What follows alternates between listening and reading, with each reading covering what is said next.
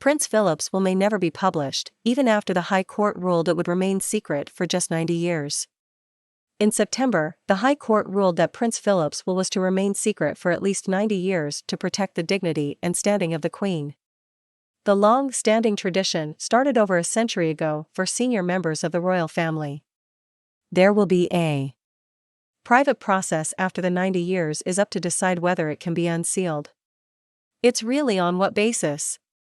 I think how far it goes. He added. Now, the solicitors and the Attorney General had applied for the sealing of it to last for 125 years.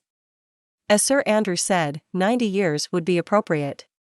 Sir Andrew said that 90 years on, each royal will would be opened and raised the crunch line, and examined by the monarch's private solicitor, the keeper of the royal archives, the Attorney General, and by any personal representatives of the dead person who may still be available. They will decide whether the will may be made public at this stage. He added. Sir Andrew said some royal wills may never be published, even in part because the secrecy will remain.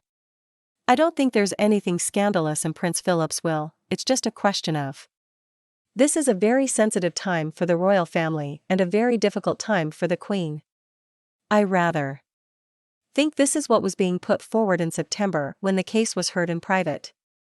You know, we don't need to add to this by revealing things the Queen doesn't want revealed during her lifetime. An interesting point that Sir Andrew added as the custodian of 30 wills. None of which he had read, but they're all in a chest and he alone has the key. Again, even saying that makes you think. What are these 30 wills?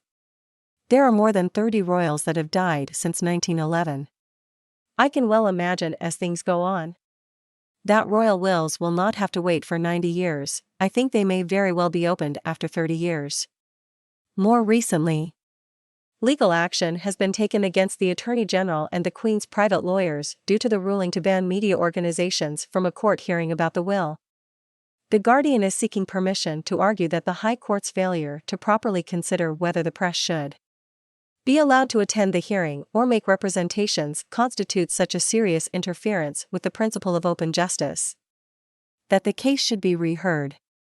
The original hearing was not attended by media organizations and they were barred from attending.